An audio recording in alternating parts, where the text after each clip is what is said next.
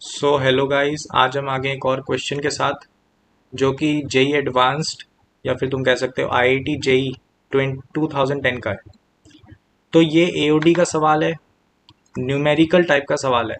ठीक है, numerical type का सवाल है। इसको एक बार खुद अटेम्प्ट कर लो। ज़्यादा मुश्किल लेवल का तो सवाल मुझे तो नहीं लग रहा है कि ये है, लेकिन आप एक बार अटेम्प्ट कर लो। आपसे एक फ्लो में ये क्वेश्चन बिल्कुल एग्जैक्ट सही हो जाना चाहिए मेरे हिसाब से।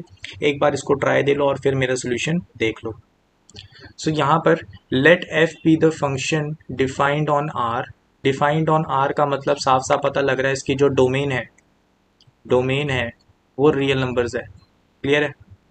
And the set of all real numbers, ये तो हमें पता है। Such that F dash of x, ध्यान से नोट करो, एफ डैश ऑफ एक्स लिखा हुआ है, तो हमें ये चीज़ें गिवन है कि एफ डैश ऑफ एक्स ये है। क्लियर है? और इसको हटा, हाँ, तो F dash of x given है हमें। एंड फिर हमें बोला ये है फॉर ऑल रियल एक्स, तो मतलब सारी डोमेन पे ये एफ डैश ऑफ एक्स यही आएगा। If g is a function defined on R with values in the interval, तो ये एक लाइन हमें क्या बता रही है कि जो जी फंक्शन है वो क्या है, रियल नंबर उसकी डोमेन है और वो मैप कर रहा है। उसकी जो वैल्यूज आती हैं वो जीरो से लेकर इन्फिनिटी वाले इंटरवल में होती है, ये इसकी को डोमेन है। ठीक है, सो इन्होंने हमें आगे बताया है such that f of x is l n of g of x. Clear है? सो हमें गिवन है कि एफ ऑफ एक्स जो है वो l n of g of x है। क्लियर है? सो हमें बोला है फॉर ऑल रियल एक्स, तो सारे रियल एक्स के लिए ये कंडीशन वैलिड है। ठीक है, ये कंडीशन सारे रियल एक्स के लिए वैलिड है। Then the number of points in real numbers at which g has a local maximum is, तो हमें अगर g का लोकल मैक्सिमम देखना है तो हमें g dash of x equal to zero लेकर क्रिटिकल पॉइंट्स निकालने होते हैं। ये चीज़ सबको पता है। ठीक है, सो ये चीज़ आपको पता है। अब मैं चाहता हूँ कि इस कंडीशन को आप एंटी लॉग लो। एंटी लॉग आप लोगे तो आपको मिलेगा e की power f of x equal to g of x।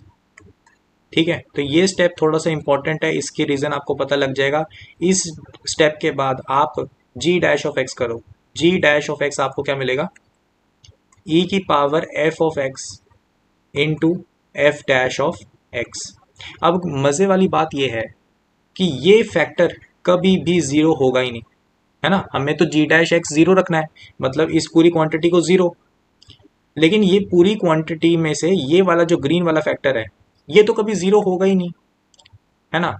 तो मुझे क्या करना था, मुझे रखना था g dash of x equal to zero रखना है। मैंने क्या करा, g डैश की वैल्यू निकाली यहाँ से, तो मुझे मिला कि भाई e की power f of x into F dash of x है इक्वल टू ज़ीरो। फिर मेरे को पता लगा अरे ये तो कभी ज़ीरो होगा ही नहीं, तो मुझे पता लगा f dash of x equal to zero करके मुझे क्रिटिकल पॉइंट्स निकालने होंगे। क्लियर है? सो यहाँ पर बहुत इजी मेथड आपको पता होगा इसको सॉल्व करने का। देखो यहाँ पर मैं पहले एफ डैश ऑफ एक्स को लिख दूँ यहाँ पर 2010 एक्स माइनस 2009 एक्स माइनस 2010 का स्क्वायर एक्स माइनस 2011 का क्यूब एंड गिवन है तुम्हें एक्स माइनस 2012 का पावर 4 इक्वल टू तुम्हें इसको रखना है ज़ीरो के। क्लियर है? सो यहाँ पर वेवी कर्व मेथड आपके काम आएगा, वेवी कर्व मेथड। ठीक है, जिनको इसके बारे में नहीं पता भाई, तुमने एक चीज़ ये मिस कर दी I think. Wavy curve method यहाँ पर इंपॉर्टेंट साबित हो जाता है। ठीक है, तो यहाँ पर तुम्हें क्रिटिकल पॉइंट्स तो इजीली मिल जाएंगे, है ना। तो तुम्हें मिला कि 2009 2010, ठीक है, 2010 और 2011 और 2012। तो वेवी कर्व मेथड क्या कहता है उसको मैं शॉर्ट में बताऊं तो यहाँ पर तुम देख सकते हो जो लीडिंग कोफिशिएंट है, ये लीडिंग कोफिशिएंट है ना तुम्हारा, ये वाला, ये पॉजिटिव है। तो अगर लीडिंग कोफिशिएंट पॉजिटिव है तो ये राइट मोस्ट जो चीज़ है ना ये पॉजिटिव होती है। ठीक है, ये रेंज पॉजिटिव होगी 2012 से इन्फिनिटी तक। क्लियर है? यहाँ पर बात किसकी हो रही है, एफ डैश की बात कर रहा हूँ मैं इस नंबर लाइन पे, ध्यान रखना। अब यहाँ पर प्लस आ गया ठीक है, ये मैंने देखा लीडिंग कोफिशिएंट से, ध्यान रखना है, इसको हम कहते हैं लीडिंग कोफिशिएंट से देख रहे हैं हम। ठीक है, लीडिंग कोफिशिएंट पॉजिटिव है तो एंडिंग पॉजिटिव से होगी, तो यहाँ पे लीडिंग कोफिशिएंट को हमने देखा है, लीडिंग कोफिशिएंट देख लिया। फिर देखो 2012 वाला जो फैक्टर है वो कहाँ है, यहाँ पर है। उसकी डिग्री क्या है, इवन है कि ऑड है। यहाँ पर तुम देख सकते हो डिग्री क्या है, इवन है। इवन डिग्री के लिए क्या करते हैं, यहाँ से यहाँ पर जंप करने पे साइन को चेंज नहीं करते, यहाँ पे प्लस आ जाएगा। फिर आपने देखा कि 2011 की क्या डिग्री है, उसकी डिग्री निकली ऑड। ऑड डिग्री में हम साइन को चेंज कर देते हैं, तो यहाँ पे नेगेटिव। वैसे 2010 पे तुमने देखा यहाँ पर इवन है डिग्री, तो यहाँ पर तुमने देखा नेगेटिव को तुम क्या बना दोगे, नेगेटिव, क्योंकि यहाँ पे चेंज नहीं होगा, इवन पावर है। यहाँ पर तुमने देखा 2009 में पावर 1 है जो कि ऑड है, ऑड में हम चेंज करते हैं साइन को तो प्लस आ जाएगा। क्लियर है। सो यहाँ पर तुमने बहुत easily just in seconds plus minus को डिटरमाइन कर लिया, कौन सी रेंज में प्लस आएगा कौन सी रेंज में माइनस आएगा। अब क्योंकि तुमने ये एफ डैश का देखा है, मतलब तुमने स्लोप का देखा है, ठीक है। सो यहाँ पर बात यह है कि तुमने जी डैश ऑफ एक्स को 0 रखा है ना।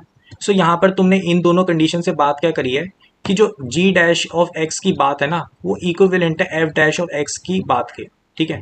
मतलब जहाँ पे जी डैश ऑफ एक्स इंक्रीजिंग है वहीं पे एफ डैश ऑफ एक्स भी इंक्रीजिंग है, ठीक है। ये बात इक्विवेलेंट है, तभी तो हमें ये चीज़ मिली है ना। तो हमने अब एफ डैश की बात करनी है, मतलब एफ की स्लोप देखनी है, वही जी की स्लोप होगी। क्लियर है। एफ और जी फंक्शन इक्वल नहीं है, लेकिन उन दोनों की जो स्लोप है वो इक्विवेलेंट है। क्लियर है।